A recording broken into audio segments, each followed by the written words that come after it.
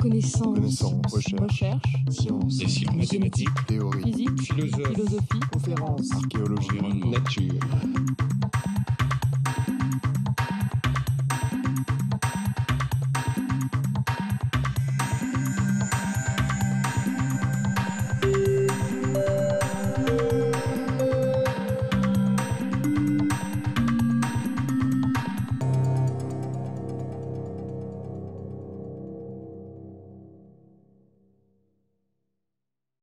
Alors, bonjour et merci beaucoup de l'invitation à parler à ces colloques. En effet, c'est la deuxième fois que je parle à un colloque de rentrée du Collège de France et il y a justement environ 6 ans, je parlais ici du CERN comme modèle de coopération scientifique en Europe et aujourd'hui, le thème est un peu élargi, donc le sujet devient la physique des particules élémentaires plus en général et la mutualisation des savoirs à l'échelle mondiale. On peut se demander pourquoi avoir choisi la physique des particules pour illustrer ce sujet qu'on m'a donné. Et donc, je commence pour vous rappeler qu'est-ce que c'est cette physique des particules, qui est dite aussi la physique de haute énergie. Donc, j'utiliserai souvent ce mot-là. Je vous rappelle en passant que Georges Charpak, qui a disparu récemment, travaillait dans ce domaine et avait reçu le prix Nobel de physique en 1992. Donc, cette physique est très internationalisée, si on veut, comme le démontrent les nombreuses conférences internationales dans ce domaine qui remontent aux années 50. Donc, comme par hasard, la dernière grande conférence internationale de physique des particules a eu lieu ici à Paris en juillet. Vous voyez là les posters de la conférence. La première était en 1950 à Rochester. Et depuis 1960, cette conférence internationale mondiale, si on veut, qui tourne dans les différents continents à fur et à mesure, s'alterne maintenant avec une conférence dite européenne, High Energy Physics. La seule chose que veut dire que cette conférence européenne a lieu toujours en Europe, mais bien sûr avec la participation des physiciens de tout le monde. Donc, la prochaine, en 2011, va être à Grenoble. Celle d'avant était à Cracovie et la prochaine conférence internationale va être à Melbourne, en Australie. Donc, quels sont les objectifs de la physique fondamentale en général? C'est de pousser nos connaissances des lois les plus intimes de la nature à ses limites, mais je dirais plutôt à nos limites. Et il y a là deux frontières qu'on essaie de pousser le plus loin possible. C'est la frontière de l'infiniment grand, c'est-à-dire de voir toujours plus loin dans l'espace, qui équivaut à remonter toujours plus en arrière dans le temps. Et pour ça, il faut de grands télescopes. Le télescope Hubble, c'est un exemple. Et après, il y a la deuxième frontière, qui est la frontière où travaille la physique des particules, c'est la frontière de l'infiniment petit, c'est-à-dire de voir toujours plus en détail dans la structure intime de la matière. Donc, on veut regarder dans les tout petits, mais pour ça, il nous faut de grands accélérateurs, donc il semble un peu une contradiction en mots. Et la raison pour ça, c'est, et je m'excuse, c'est la seule formule que j'ai utilisée dans la conférence, la physique quantique nous dit que pour voir une structure de taille, appelons-la delta X, très petite, il nous faut au moins une énergie qui est inversement proportionnelle à delta X. Donc, si on veut regarder dans les très petits, on a besoin d'une énergie très grande. D'autre part, les hautes énergies caractérisent pas seulement les grands accélérateurs, mais caractérisent aussi l'univers primordial, parce que l'univers primordial était très chaud, très dense aussi, et très chaud, ça veut dire qu'il y avait de grandes énergies en jeu.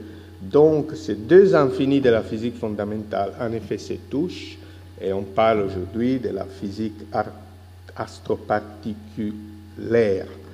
Il n'y a pas des erreurs pas particulières, pas particulières. Je ne sais pas si le mot existe, mais quelqu'un l'a inventé de toute façon. Donc, c'est pour ça que les microscopes les plus puissants dont on dispose aujourd'hui sont en effet les accélérateurs de particules. Et pour avoir une grande énergie de particules accélérées, il nous faut une grande taille de l'accélérateur. La raison, c'est d'éviter trop de pertes d'énergie par rayonnement. Plus la courbure de la trajectoire est grande, et plus il y a du rayonnement, et donc c'est coûteux en énergie. Donc aujourd'hui, les records dans cette course vers les grands, c'est en Europe, c'est effectivement à Genève, au CERN, au laboratoire de recherche en physique des particules. Le nom nucléaire est resté là parce que N c'est pour nucléaire, mais en effet, ce n'est pas vraiment de la physique nucléaire qu'on fait au CERN.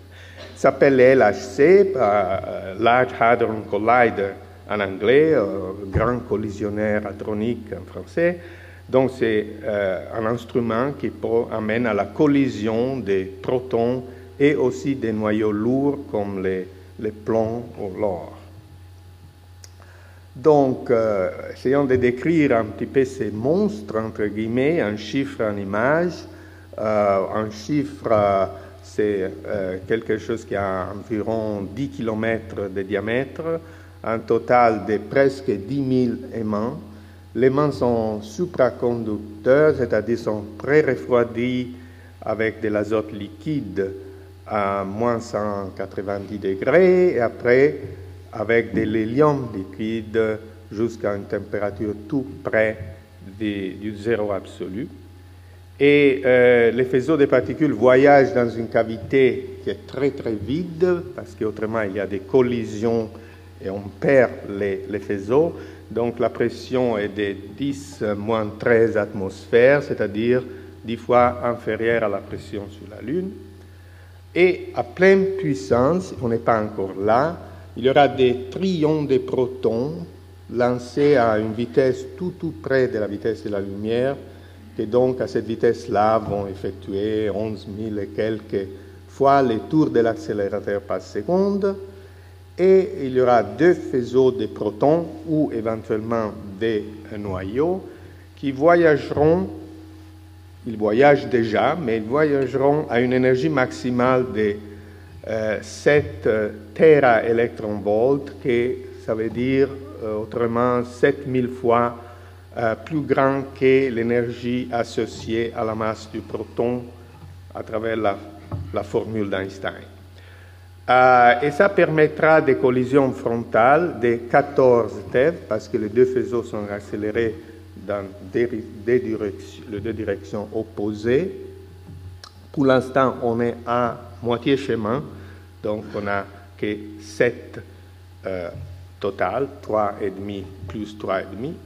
Et ça donnera lieu, et ça c'est un peu le problème, à quelques 600 millions de collisions par seconde. Donc très difficile de les enregistrer toutes. En image, vous voyez là une photo où on voit à droite l'aéroport de Genève. Bon, ce n'est pas Charles de Gaulle, donc la comparaison est un peu trompeuse peut-être, mais vous voyez les dimensions de l'anneau. Là, c'est juste dessiné. Hein, l'anneau est sous terre. Il y a un petit anneau que c'était l'accélérateur, un des accélérateurs précédents qui sert comme préaccélérateur et pour injecter les protons déjà préaccélérés dans les grands accélérateurs. Là, on voit la vue d'un autre côté où on a dessiné aussi la frontière entre la Suisse et la France. Et vous voyez qu'en effet, même si on parle toujours de LHC à Genève, la plus grande partie de l'accélérateur est en France, dans les pays de Gex. Là, c'est Ferney-Voltaire, tout près de la frontière. Mais, comme je l'ai dit, les expériences sont faites sous terre, parce que l'anneau est sous terre, donc les protons circulent dans cet anneau, dans le sens inverse, et en effet, il y a une possibilité d'avoir 8 points d'intersection des deux faisceaux, mais pour l'instant, on n'utilise que 4 où les expériences ont lieu. Et là, c'est une image du tunnel, justement, à une centaine de mètres sous terre. Alors, pour reconstruire les événements qui suivent ces collisions, il faut des détecteurs qui doivent être très grands pour contenir tout l'événement et mesurer tous les paramètres. Et ces détecteurs doivent être très précis. Ils mesurent le temps de passage d'une particule à quelques milliardièmes de secondes près et la position, la trace à une millionième de mètre. Et il faut des ordinateurs très très puissants parce qu'à cause justement du nombre d'événements, de la complexité des événements. Et donc pour permettre aux physiciens qui travaillent dans cette expérience, il s'agit là d'environ 7000 physiciens du monde entier, il faut des dizaines, on a construit ce qu'on appelle la grille, et c'est un système d'ordinateurs qui travaillent ensemble, qui sont partout dans les planètes et sont exploités dans ces réseaux informatiques. Là, c'est une image des 4 principales expériences relâchées, donc si vous voulez, des détecteurs de particules avec des caractéristiques un peu différentes. Ça, c'est les 2 grandes expériences, Atlas et CMS. Et après, il y a Alice qui utilisera surtout les ions, les collisions des ions. Et là, c'est une expérience dédiée en particulier aux quarks du type B. Et donc, dans cette expérience, il y a des collaborations scientifiques d'une taille qu'on n'a jamais rassemblée auparavant. Les expériences Atlas et CMS en particulier, les 2 grands détecteurs, comptent des milliers de physiciens chacune. Et juste pour vous donner une idée, bon, là, c'est une réunion de la collaboration Atlas. Vous voyez, c'est un très grand amphi et je pense que c'est probablement la plus grande partie des physiciens d'Atlas ne pouvaient pas y être. Donc. Et là, par exemple, c'est la liste des labos de la collaboration CMS en juin 2008. Je pense depuis elle a augmenté. Il s'agit de 3600 membres avec 183 laboratoires de 38 pays. On voit notamment là aussi les pays émergents dont on a discuté tout à l'heure, le Brésil, la Chine, la France est assez bien représentée, ça pourrait être un peu mieux, je dirais. Si on continue en ordre alphabétique, on voit l'Italie, c'est toujours très penché vers ce type de physique. L'Allemagne, il y a l'Inde, dont on a parlé tout à l'heure. Et après, je saute quelques pages et j'arrive aux États-Unis et voyez la participation des États-Unis.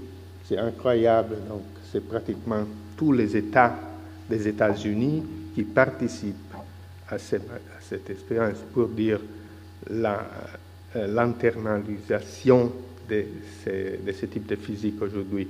Là, il y avait une simulation. J'ai mis cette image parce qu'on a parlé les premiers jours de simulations numériques et tout ça. Alors, pendant toutes les longues années d'attente que l'accélérateur marche, on a testé les détecteurs avec des simulations, des données simulées. Et c'est peut-être à cause de ça que les détecteurs ont marché du premier jour très très bien. Donc là, c'est une vraie collision à 7 téraélectronvolts. Et effectivement, les modèles numériques semblent marcher très bien par rapport aux données réelles. Bon, vous direz dans tout ça, qu'est-ce qu'ils font les théoriciens comme moi? Bon, les les mauvaises langues disent qu'ils passent leur temps dans la terrasse de la cantine du CERN à boire et à bavarder.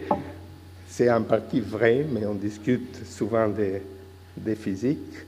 Mais ils participent aussi à leurs propres conférences. Et là, je prends l'occasion pour dire que cet été, juste dans la salle en face, on a eu une conférence de phénoménologie des théories des cordes. Et bon, si vous voulez, je peux vous expliquer la signification pas tout à fait banale de cette poster. Voilà, il y a de l'holographie dans cette image de la Tour Eiffel qui est intéressante. Bon, qu'est-ce qu'ils ont fait les physiciens avec tous ces travaux? Bon, ils ont... la chose intéressante, c'est qu'à travers des expériences très sophistiquées, très compliquées, ils ont arrivé à une description de la matière qui est particulièrement simple. Alors, combien de temps, Gérard, encore? 5. Alors, malheureusement... Bon, je dis alors très rapidement, parce que là, j'avais pensé effectivement d'éviter mais disons, c'est ce qu'on a compris, c'est qu'en cassant la matière plus en plus, on arrive à ce qu'on pense aujourd'hui être les composants les plus élémentaires de la matière. C'est les électrons qui tournent autour des noyaux, mais le noyau est fait, bon, ça on le savait depuis quelque temps, des protons et des neutrons, mais il y a des structures à l'intérieur des protons qui s'appellent les quarks. Et si on veut, les électrons, les neutrinos d'un côté et les quarks de l'autre forment des familles des composants de toute la matière que nous connaissons. Après, il y a la matière sombre, et là, c'est un mystère. Et en plus, il y a une description très unifiée des 4 forces fondamentales, la force électromagnétique, la force nucléaire, la force qui est responsable de la radioactivité, et la force gravitationnelle. Bon, ça c'est le sujet de mon cours, et je ne vais pas faire mon cours ici.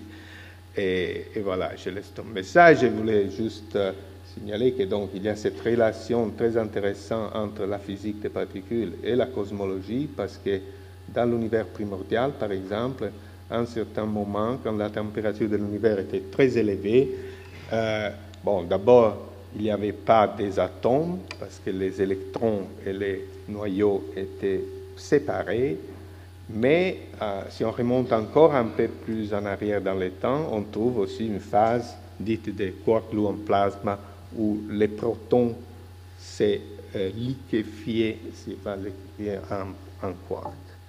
Donc c'est ce type de phénomène qu'on va essayer de reconstruire dans les expériences. Alors, pourquoi donc la mondialisation et la mutualisation en physique de haute énergie? Les raisons sont multiples.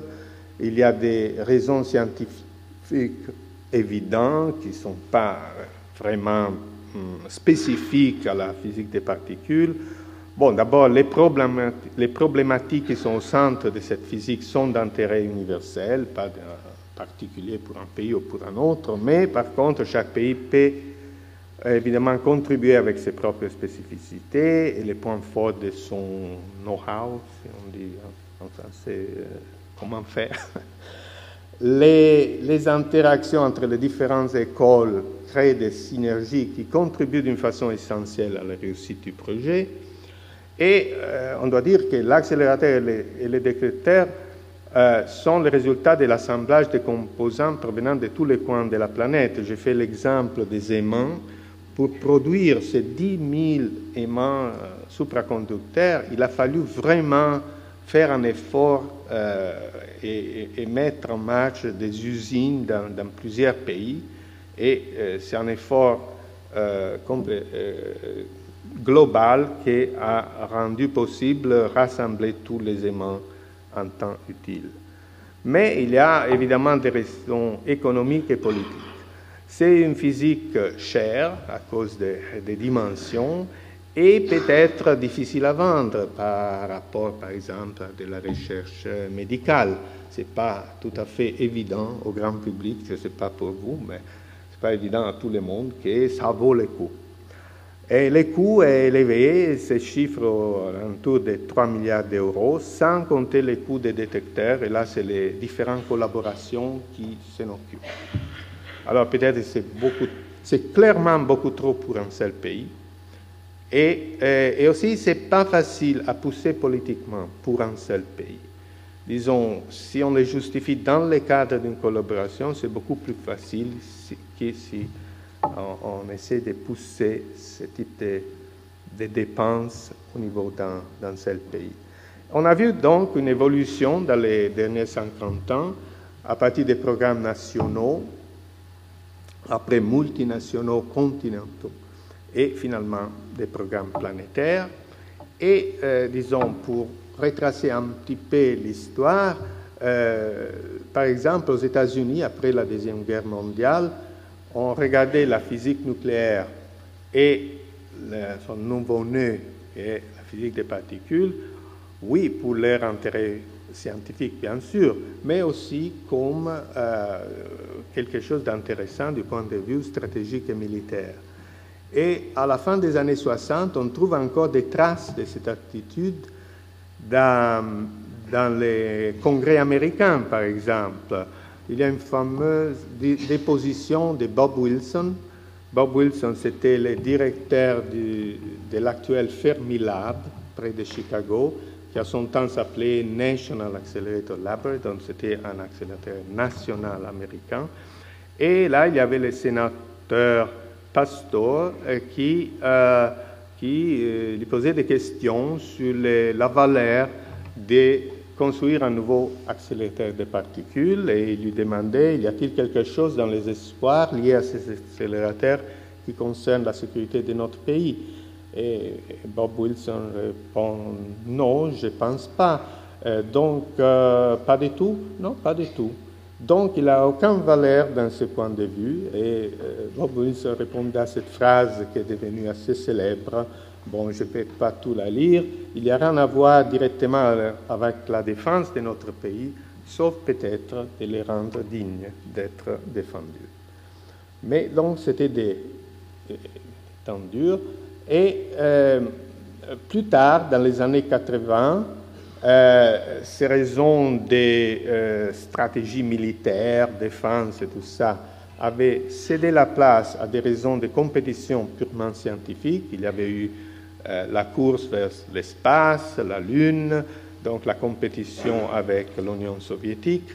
Et donc c'était un peu dans cette atmosphère-là qu'en 1987, le gouvernement américain avait approuvé les Superconducting Super Collider au Texas. On a commencé à construire les tunnels pour installer l'accélérateur. Après, il y a eu la chute du mur de Berlin, l'effondrement de l'Union soviétique. Bon, finalement, en 1993, le gouvernement américain a annulé carrément tous ces projets avec une grande désolation, avec une perte d'argent considérable. Heureusement, quelques années plus tard, le LHC a été approuvé à Genève, mais avec le support crucial des États-Unis, mais aussi du Canada, du Japon, de l'Inde et la Chine. Et comme vous avez vu, beaucoup de pays qui sont rejoints dans l'effort. Et je dois dire, parce que j'étais dans le directeur de la division théorique, donc j'étais invité à toutes les réunions importantes, les projets a failli souvent tomber à l'eau à cause des problèmes purement nationaux. Je me rappelle un gros problème avec l'Allemagne à un certain moment. Mais, si vous voulez, aucun pays voulait détruire quelque chose devant toute cette communauté réunie. Donc, finalement, le projet a résisté et en décembre 1994, on a eu l'approbation du projet. Bon, on peut se demander, est-ce que la recherche fondamentale est trop chère? Évidemment, ça dépend des termes de comparaison. Là, j'avais mis quelques chiffres, grosso modo, rapportés en euros 2010, des plusieurs projets, et on voit que le LHC, ce n'est pas tellement cher par rapport à d'autres projets. Une raison pour laquelle le LHC n'a pas été tellement cher, c'est que les tunnels existaient déjà pour un accélérateur précédent. Donc, ça a diminué pas mal les coûts de construction. Est-elle utile, la physique de haute énergie? Alors, j'ai trouvé cette phrase d'un républicain de New York, que le SSC ne va pas curer le cancer, c'est de vérité absolue. Les problèmes de calvitie ou garantir la victoire de je ne sais pas quoi, c'est un club de basket probablement.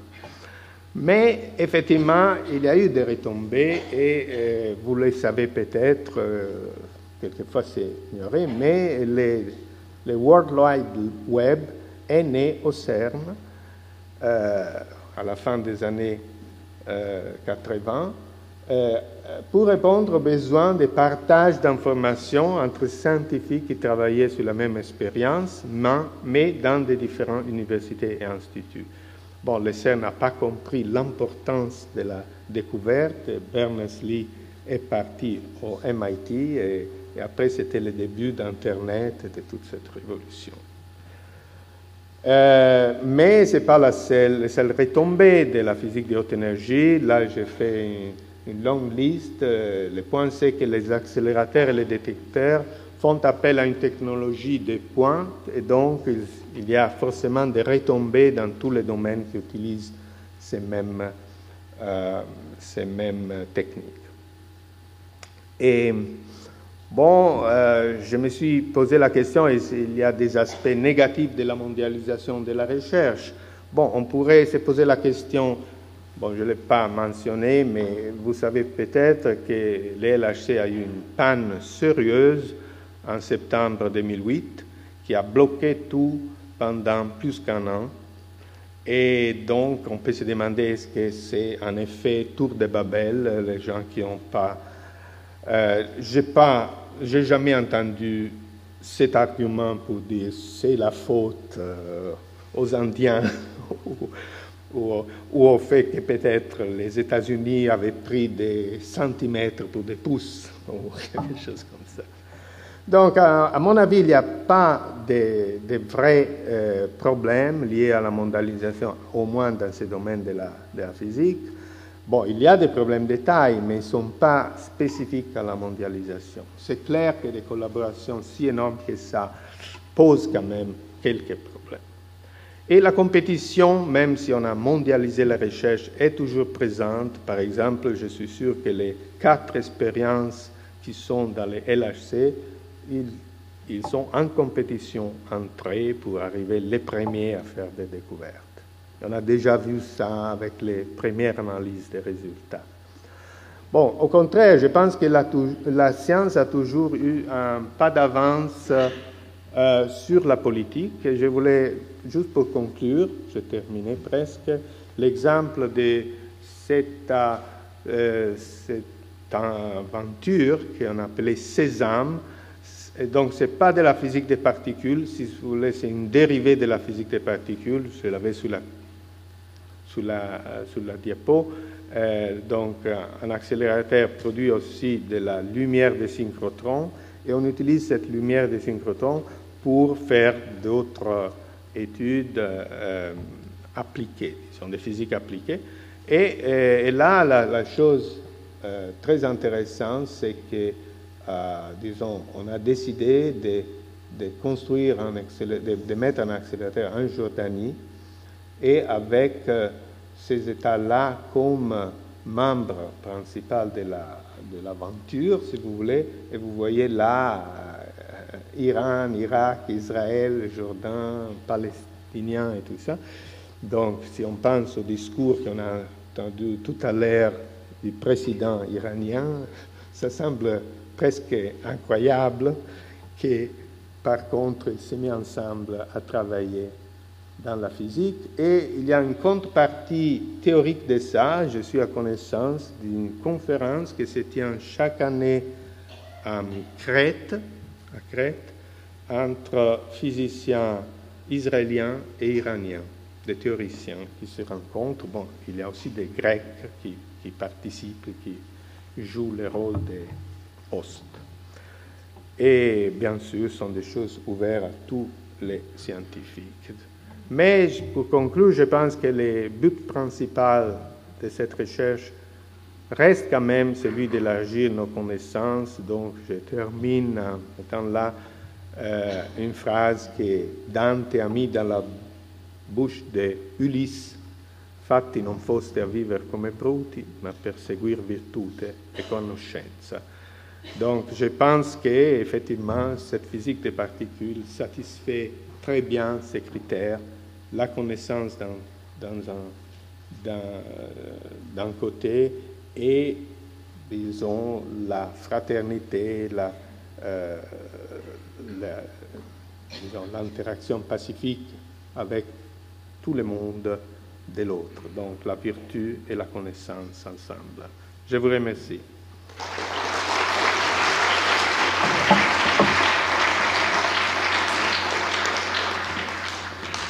Je vous remercie de cette brillante conférence qui montre que l'humanisme n'est pas le seul apanage des humanités, mais que les physiciens y participent aussi. Merci beaucoup et je donne tout de suite la parole à mon collègue Le Pichon, spécialiste de la tectonique des plaques, qui évidemment ne peuvent s'étudier qu'à l'échelle du globe. Merci. Donc ce que je vais faire, c'est de vous parler un peu des problèmes de partage des grands moyens d'investigation dans le domaine des sciences de la Terre. Alors je donnerai quelques coups de projecteur très personnels. Je commencerai par, dans ce contexte de la mondialisation, de regarder quelle est ce qui se passe dans le domaine des sciences de la Terre. Et c'est dominé par deux grands événements, en quelque sorte. Le premier, c'est le fait que pour la première fois dans notre monde industriel, qui a tellement besoin d'énergie, nous sommes en train de passer le pic de l'énergie pas chère, l'énergie fossile pas chère. Maintenant, on en est sûr, non pas qu'il n'y a plus d'énergie fossile disponible, mais elle va devenir de plus en plus chère. Nous avons passé le stade où cette énergie pouvait être obtenue à très bon marché. Alors, les conséquences sont très importantes et en fait, nous entrons dans un domaine où on ne sait pas où on va. Il n'y a plus de chemin tracé, on pourrait dire. Le deuxième contexte, qui est très important dans notre domaine, mais qui affecte tout le monde, c'est celui du climat, et qui affecte bien sûr la recherche.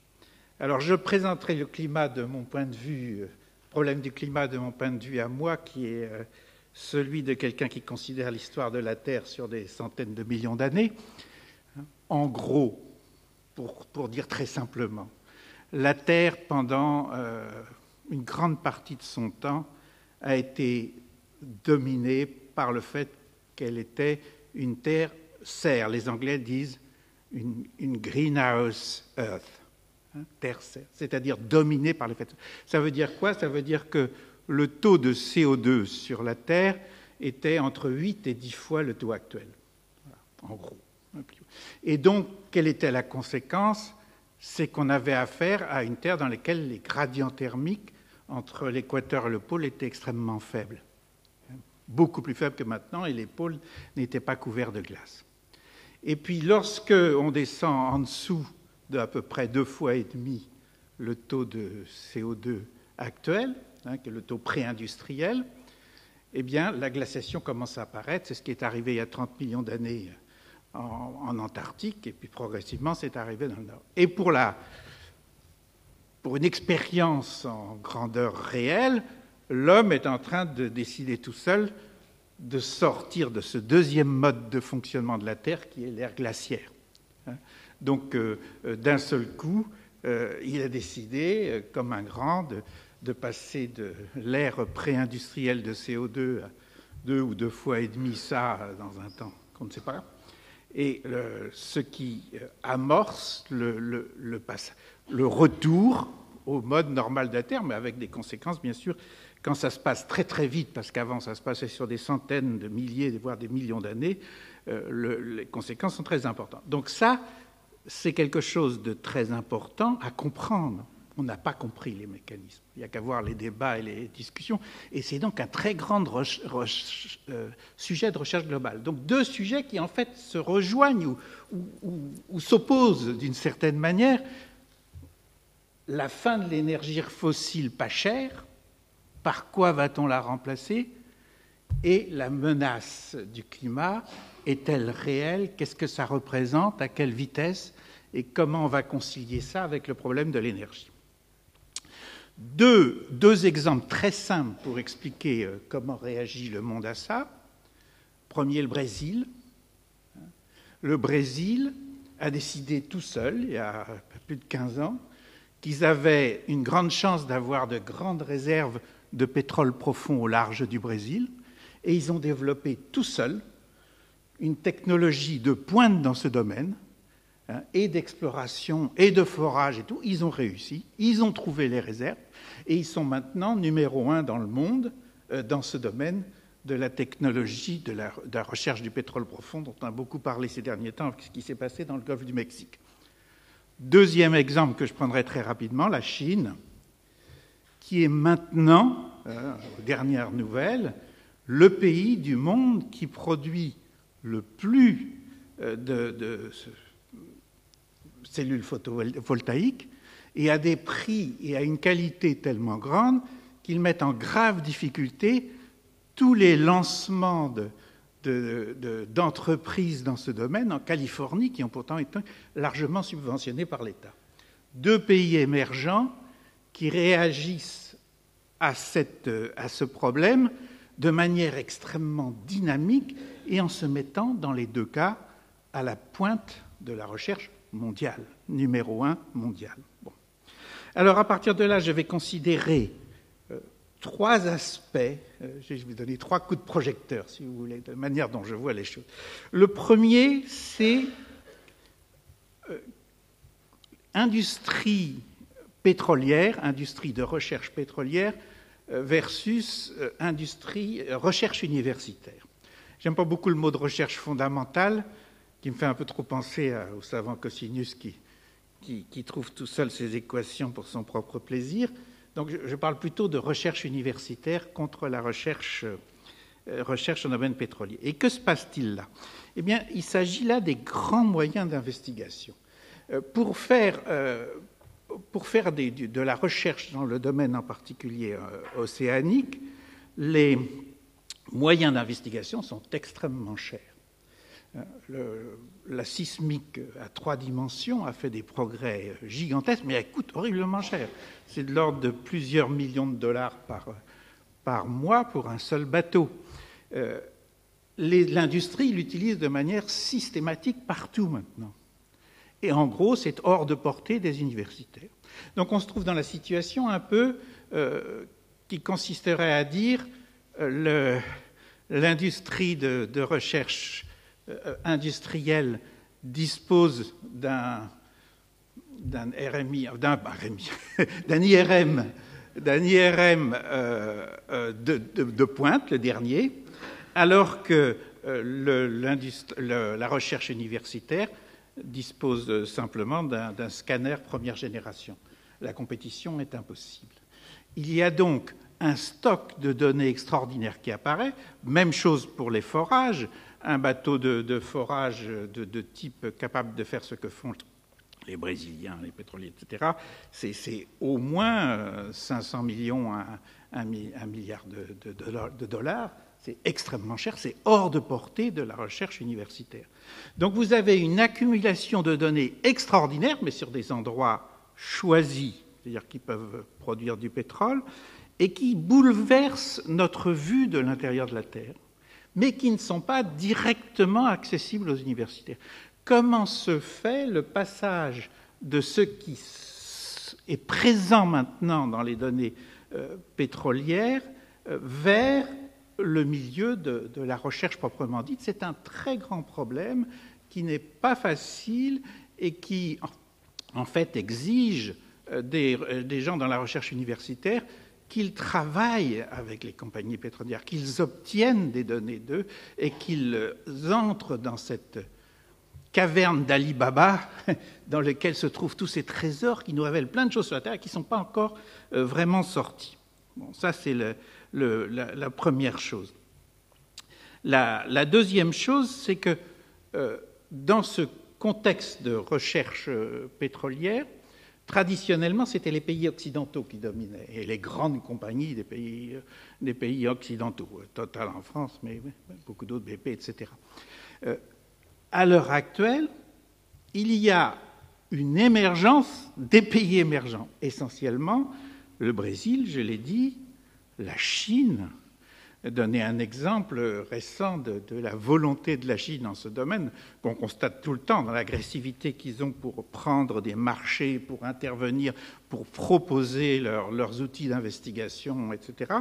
Mais tout récemment, ils ont construit un submersible pour descendre à 7500 mètres, c'est le plus profond au monde à l'heure actuelle, et la première chose qu'ils ont fait, c'est de descendre au milieu de ce qu'ils appellent la mer de Chine, que les Vietnamiens appellent la mer de l'Est, qui se trouve au sud de la Chine, et qu'ils disent qu'elle leur appartient, et ils ont été plantés un drapeau chinois au milieu.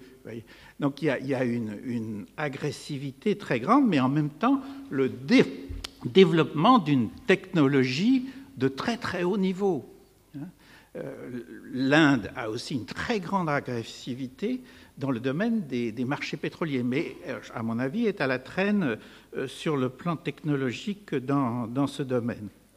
Donc ça a comparé à des pays comme le Venezuela, par exemple, qui a de grandes ressources pétrolières, qui est un pays qui avait des capacités techniques et scientifiques grandes et qui a complètement ignoré le développement de son industrie pétrolière parce qu'il a consacré tout l'argent venant du pétrole pour des questions sociales et politiques et qui se trouve en très grande difficulté à l'heure actuelle, sans infrastructure technique et obligé de faire appel complètement à l'extérieur. Ce qui est le cas d'une grande partie des pays qui possèdent du pétrole à l'heure actuelle, qui n'ont pas les moyens technologiques et sont entièrement entre les mains des pays extérieurs, traditionnellement les grandes compagnies des pays occidentaux, mais de plus en plus maintenant la Chine, la Russie, etc. Alors, le deuxième regard que je voudrais lancer, c'est sur le programme de forage international IPOD. C'est un grand programme de forage international qui fonctionne depuis un certain nombre d'années.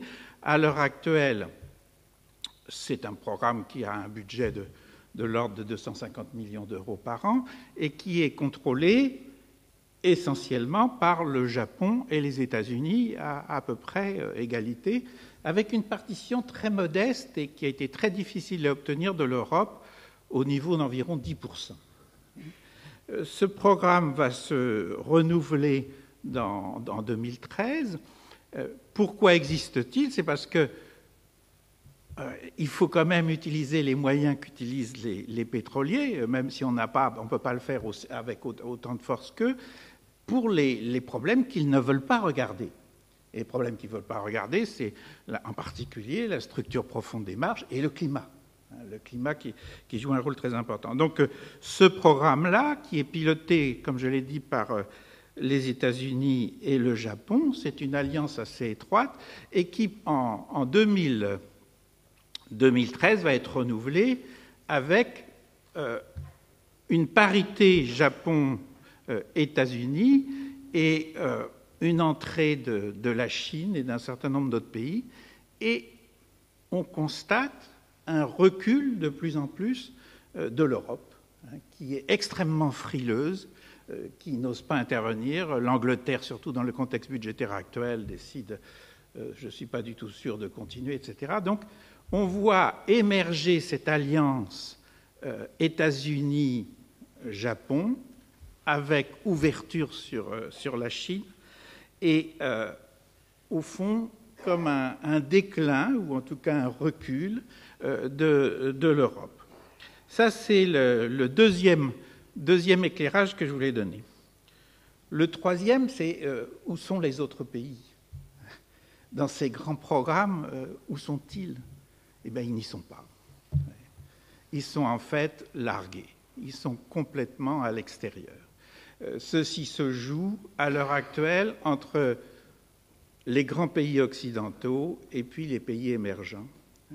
Et les grands pays occidentaux, on constate un changement très important qui me paraît très significatif, qui est un recul progressif de l'Europe et une volonté stratégique très claire des États-Unis de s'allier avec l'Orient, de s'allier en particulier avec le Japon et la Chine.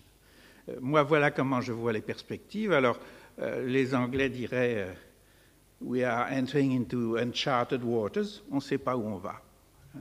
On ne sait pas où on va, ni sur le plan de l'énergie, ni sur le plan du climat, ni sur le plan du rôle respectif des différents partenaires.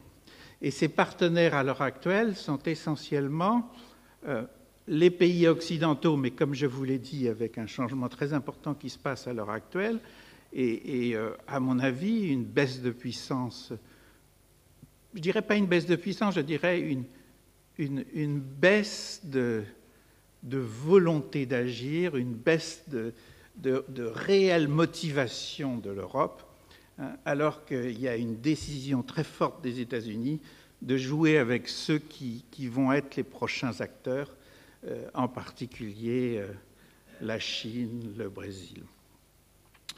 Donc voilà ce que je voulais vous dire. Ça va être très intéressant à suivre. Ça va être peut-être plus difficile à vivre. Merci. Je vous remercie beaucoup, mon cher collègue. Sur ces expériences de coopération internationale, vous êtes un peu plus pessimiste et peut-être avez-vous raison que nos autres collègues. C'est une discipline à part aussi avec des problèmes politiques maintenant très graves. Mais en tout cas, la coopération internationale et la mondialisation ne sont pas toujours des chemins sans épines. Nous avons pris un tout petit peu de retard. Je vous remercie tous de votre patience, non seulement les intervenants, mais le public également. Et comme nous sommes un peu en retard, vous aurez un peu moins de temps pour respirer. Nous reprenons dans un quart d'heure à 11h moins 10. Je vous remercie.